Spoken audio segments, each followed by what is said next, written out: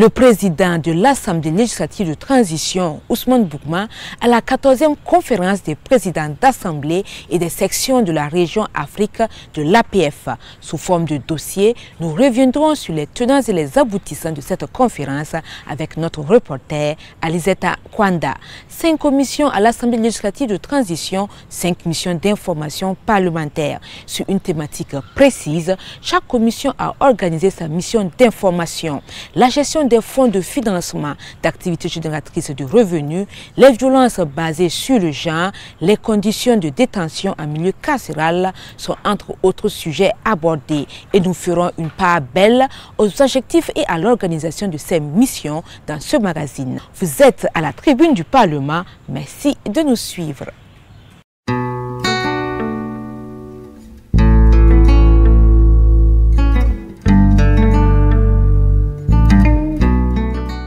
La Commission des finances et du budget de l'Assemblée législative de transition a organisé du 26 mars au 9 avril 2023 une mission d'information sur les fonds de financement d'activités génératrices de revenus. Elle a ainsi auditionné 7 fonds avant de se déployer sur le terrain pour s'entretenir avec les bénéficiaires. Les objectifs et l'organisation de cette mission d'information dans cet élément. Des députés membres de la Commission des finances et du budget comme FIB auditionnent le Fonds burkinabé de développement économique et social, FB2S. Il s'agit là d'une mission d'information sur les fonds de financement d'activités génératrices de revenus. Ce qui est visé à travers cette mission-là, c'est de s'assurer de la bonne gouvernance de ces fonds à travers l'impact donc de ces activités. Est-ce que ces activités-là ont une valeur ajoutée sur la qualité de vie donc, de leurs bénéficiaires et partant donc le développement de notre pays. Également, est-ce que les fonds qui sont octroyés sont remboursés, puisque finalement ça va assurer la viabilité de ces structures-là et la pérennité donc de ces fonds. Pour ce faire, la COMFIB s'est subdivisée en 3 sous-commissions. Sous-commission numéro 1 traite des dossiers des fonds d'appui à la promotion de l'emploi que nous venons d'examiner. Nous avons eu à travailler sur le fonds d'appui au secteur informel, FASI. Les fonds qui ont été donc attribués à la commission numéro 2, c'est le fonds d'appui aux initiatives de la jeunesse et le fonds burkinabé de développement économique et social. Il s'agit pour nous, notre sous-commission, la sous-commission 3, d'auditionner, orienter notre mission sur 2 fonds.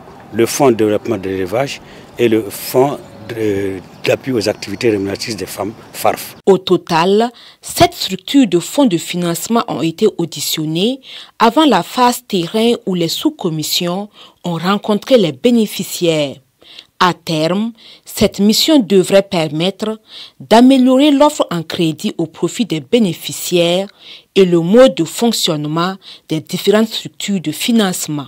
La Commission des affaires étrangères, de la défense et de la sécurité KEDS a quant à elle mené sa mission d'information sur la mise en œuvre de la convention de concession révisée pour l'exploitation des transports ferroviaires au Burkina Faso. Cette mission d'information s'est tenue du 26 mars au 8 avril 2023 et a intéressé les villes de Koudougou, Bobo-Dioulasso, Banfora et Ouagadougou. Le compte-rendu avec Idrissa Warga, Marie-Chantal Nikiema et Axel Nicole Yarou. La Commission des affaires étrangères, de la défense et de la sécurité a mené sa mission d'information sur la mise en œuvre de la convention de concession révisée pour l'exploitation des transports ferroviaires au Burkina Faso dans les régions du centre-ouest, des hauts-bassins et des cascades. Ce qu'on attend comme résultat, c'est vraiment faire le point de tout ce qui est contenu donc dans cette convention, voir ce qui est acquis, voir les difficultés et puis éventuellement voir en termes de perspectives et de recommandations. Les députés membres de la Commission des affaires étrangères, de la défense et de la sécurité ont rencontré plusieurs acteurs des transports ferroviaires des régions visitées. Il s'agit notamment des responsables et des syndicats des travailleurs de la Citaraï, de l'administration douanière, des importateurs et exportateurs, des transitaires. On a fait un peu la cartographie des grands acteurs influents qui ont une vue d'ensemble sur les activités de Sitaraï. En échangeant avec ces différents acteurs, on a pu avoir une idée assez précise de la situation de fonctionnement de Sitaraï, de ces trains et de toutes les activités connexes au transport ferroviaire. Cette mission d'information parlementaire, qui sert de contrôle informatif pour l'Assemblée législative de transition, a permis aux députés membres de la Commission des affaires étrangères, de la défense et de la sécurité d'obtenir des informations concernant l'activité du gouvernement sur l'état de la mise en œuvre de la loi portant autorisation et ratification de la Convention de concession révisée pour l'exploitation des transports ferroviaires au Burkina Faso. Pour mettre en lumière les conséquences de l'utilisation des pesticides et engrais sur la santé humaine, animale et végétale, de même que les mesures prises par le gouvernement pour assurer le respect de la réglementation en matière d'utilisation de ces produits chimiques, la Commission du développement durable CDD a initié sa mission d'information sur l'utilisation des pesticides et engrais dans la production agricole. Les enquêtes se sont menées dans les villes de Bobo-Dioulasso, Léo et Ouagadougou. C'était du 26 mars au 9 avril dernier. Salimata Gaïla Barro nous en dit plus. Les députés membres de la Commission du développement durable CDD s'intéressent au secteur agricole. Conscients que ce secteur constitue une composante importante de l'économie du Burkina Faso, ils veulent mettre en lumière les conséquences de l'utilisation des pesticides et engrais sur la santé humaine, animale et végétale. Il fallait dans un premier temps s'assurer sur la qualité des pesticides et des engrais. On s'est intéressé également au mécanisme de distribution des engrais subventionnés par l'État au profit des personnes vulnérables. Il fallait s'intéresser aussi aux procédures d'homologation de ces produits chimiques conformément à la réglementation en vigueur et également tout ce qui est en lien avec les procédures avec l'importation, la commercialisation, l'étiquetage. Pour ce faire, ils ont échangé entre autres avec des agents des ministères en charge de l'agriculture, du commerce, de l'environnement et de la santé, des structures chargées d'homologuer les pesticides et engrais, des associations de producteurs. C'est des rencontres du genre que nous avons attendues depuis. Nous nous sommes dit avec cette transition, il peut porter notre message là où ça doit aller. Au sein du ministère de la Santé, nous pensons déjà qu'il faut un suivi régulier. Du moment où l'utilisation des pesticides est utilisée au niveau agricole, et donc pour tout ce que nous mangeons, et utilisée également aussi dans nos aliments. Donc nous pensons que cela est véritablement un problème de santé publique. Et parce que cela amène également l'apparition de nouvelles maladies. Cette mission d'information sur l'utilisation des pesticides et engrais dans la production agricole permettra aux députés de formuler des recommandations pour un meilleur contrôle de l'utilisation de ces produits au Burkina Faso. La Commission du genre, de la santé, de l'action sociale et humanitaire s'est intéressée aux violences basées sur le genre VBG dans les régions du centre, des Hauts-Bassins et du centre-nord. Du 27 mars au 5 avril, les députés membres de cette commission ont auditionné les acteurs étatiques et non étatiques en charge de la question. Ils ont voulu avoir une idée plus claire de l'ampleur des VBG et de leurs évolutions récentes, apprécier l'application des textes nationaux et internationaux de protection des victimes des VBG et se faire une opinion sur l'efficacité du dispositif de prise en charge des victimes.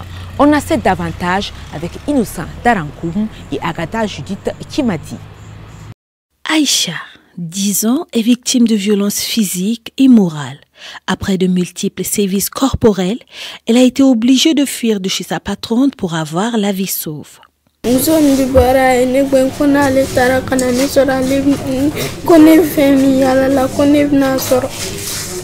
Tout comme elle, elles sont nombreuses les personnes victimes de violences basées sur le genre au Burkina Faso. La région du centre-nord, à elle seule, a enregistré en 2022 3091 cas. Celle des Hauts-Bassins, 458 cas. Sur le terrain, le constat sur la prise en charge de ces victimes n'est pas reluisant. Il y a un réel problème en ce qui concerne la gestion des victimes de VBG. Toutes les structures et même les services déconcentrés de l'État que nous avons rencontrés, c'est la question des moyens financiers que l'on met toujours dedans. Nous ne disposons pas d'un centre intégré de prise en charge. À tous les niveaux, ce problème est revenu. Ne pas avoir un cadre pour stabiliser la victime quand elle arrive sous le choc, vous conviendrez avec moi que cela pose réellement un vrai problème. C'est un drame. L'heure est à l'action. Il faut revoir les stratégies de prise en charge existantes et les membres de la CGSAS, la Commission du genre, de la santé et de l'action sociale et humanitaire n'entendent pas baisser les bras. Très rapidement, après cette mission, il faut qu'on révisite certains textes pour les adapter à la situation actuelle. Nous pourrons interpeller le gouvernement sur des résolutions que le Burkina Faso a prises. Que ce soit au niveau national et au niveau régional, il faut que le gouvernement puisse mettre en œuvre ces politiques-là pour pouvoir éradiquer la question des violences basées sur le genre. Ces actions pourront renforcer les efforts sur le terrain et permettre d'améliorer les textes existants comme la loi 061 portant prévention, répression et réparation des violences à l'égard des femmes et des filles et la prise en charge des victimes.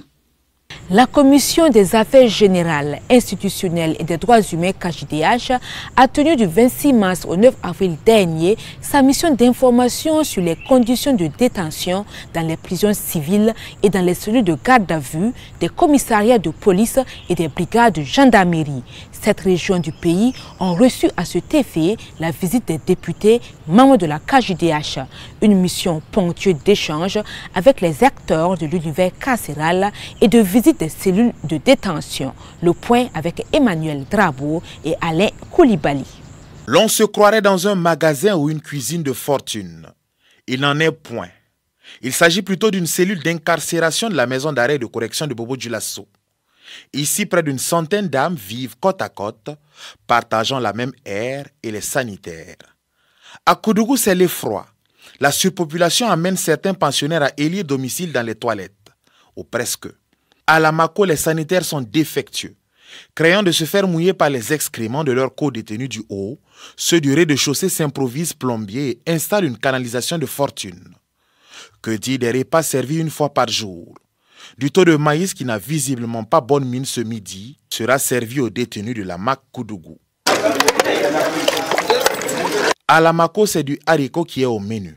Le riz attend patiemment dans un coin insalubre d'être mélangé à la mixture qui bout dans ces grandes jarres. Il ne s'agit pas d'un film d'horreur, mais des réalités que vivent les détenus dans les prisons.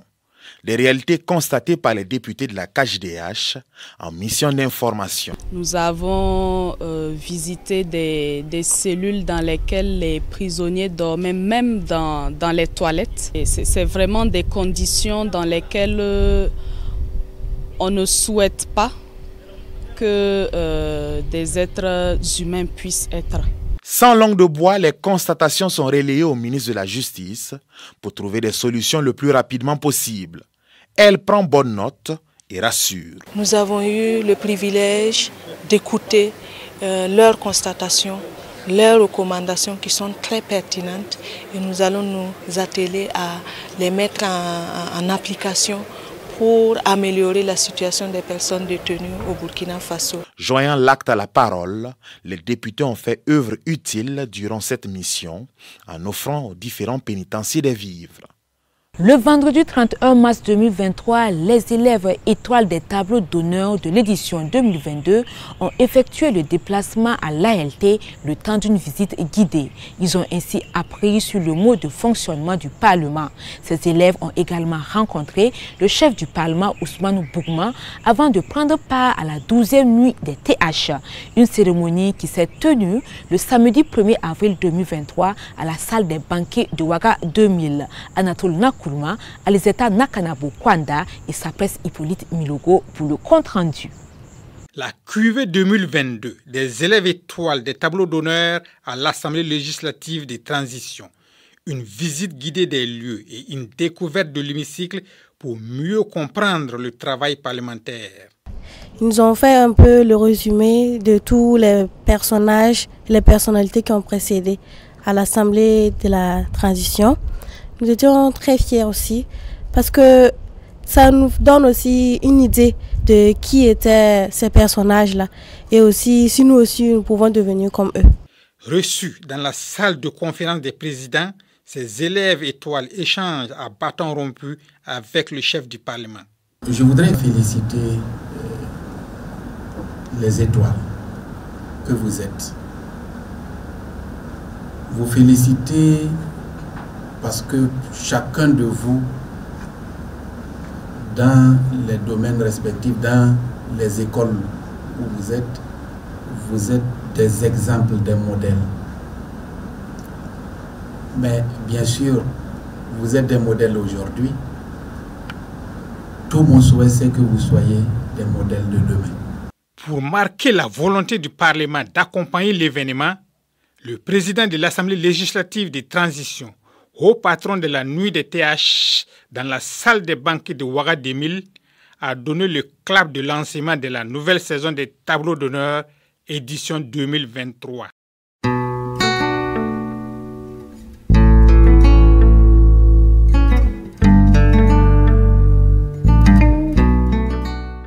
Le député Ousmane Diallo est l'invité de ce numéro de votre magazine.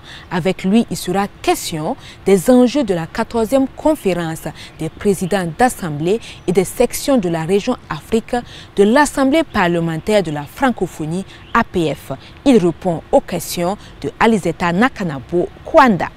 Bonsoir honorable. Bonsoir. Vous êtes le 3e vice-président de l'Assemblée législative de transition. Les 3 et 4 avril dernier, à Abidjan, vous avez pris part à la conférence des présidents d'Assemblée et des sections de la région Afrique de l'APF. Alors nous allons vous demander de vous prononcer sur l'importance de cette conférence. L'intérêt, c'est de faire porter la voix de l'Assemblée législative de transition dans cet espace à la fois économique, culturel et social. Honorable, quels ont été les principaux sujets inscrits à l'ordre du jour de cette rencontre? Il y a plusieurs sujets qui étaient inscrits à l'ordre du jour, mais je pense que les plus importants, parce que nous concernant, c'était surtout le point 4. Il s'agissait pour un certain nombre de pays comme le Burkina, le Mali, la Guinée, le Tchad, et bien entendu la RDC et autres après, de venir expliquer, motiver en tout cas ce qui se passe dans ces pays, parce que vous savez que c'est des pays qui sont aujourd'hui dirigés par des transitions, alors que l'APF se dit démocratique. Néanmoins, il y a eu une ouverture pour que nous puissions nous expliquer. Je pense que le président a bien expliqué et il a été compris. Ensuite, il y a la question de révisiter les textes pour que ces textes soient conformes aux nouveaux enjeux et aux nouveaux défis du moment. Parce que vous savez, ce sont des textes assez anciens qui ne correspondent plus aux réalités. Il y a aussi des points sur l'employabilité des jeunes et des femmes, il y a eu des points sur l'écosystème, autant en tout cas des points qui peuvent intéresser chaque pays, étant entendu que c'est un espace que nous partageons, d'abord la linguistique, la langue française, ensuite la culture, ensuite l'économie, etc. Alors, au terme de ces 2 jours de travaux, est-ce que l'on peut dire que vous êtes reparti satisfait? Nous sommes satisfaits du fait que l'APF a bien compris le discours de notre président. L'un dans l'autre, je pense véritablement que le président a donné la vision de l'Assemblée législative du Burkina Faso. Honorable, ce sera tout. Merci de vous être prêté à nos questions. Merci.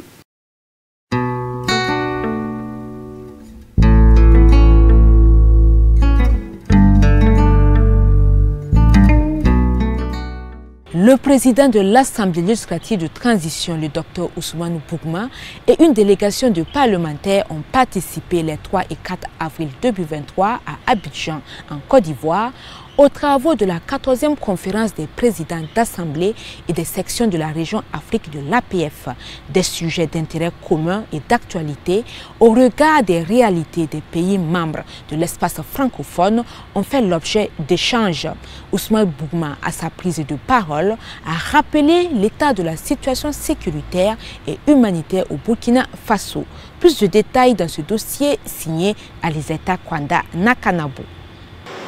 Lorsque un pays est confronté à des difficultés pareilles, il est indiqué de venir comprendre quelles sont ces difficultés, comment on peut apporter un soutien, au lieu de rester à distance et de donner des leçons.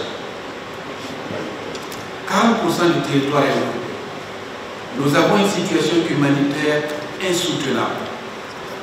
Le Burkina Faso se débrouille pour apporter de l'aide alimentaire à la population. Je vous donne une cartographie. Il y a quelques villes qui sont sous blocus terroriste aujourd'hui. Exemple, entre deux villes distantes de 45 km, le gouvernement du Burkina Faso voulait ravitailler une population, la population d'une ville.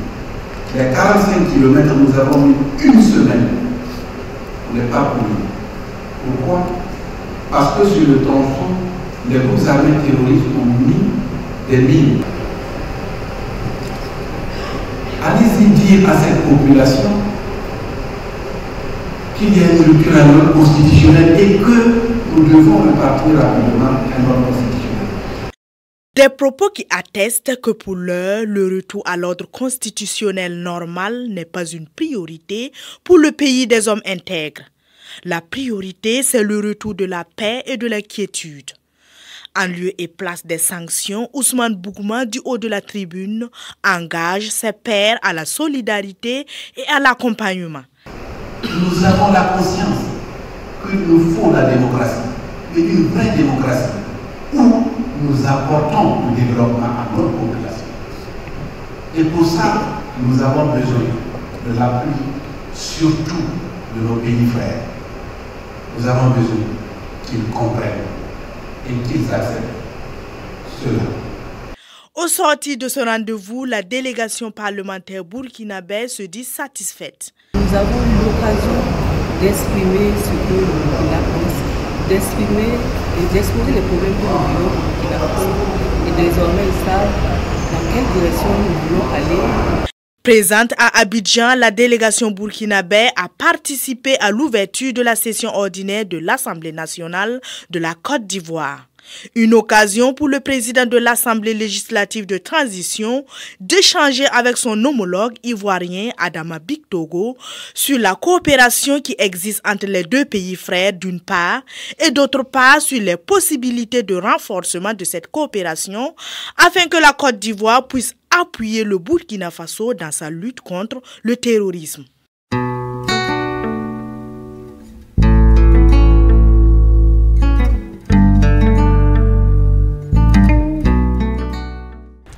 Une loi pour être adoptée doit obtenir la majorité. Mais quelles sont les majorités qualifiées pour le vote des lois? Ces majorités concernent-elles uniquement les lois? C'est le sujet dont parle le vocable parlementaire et c'est M. Honora Bationo, chargé de relations publiques à l'Assemblée législative de transition, qui nous en parle.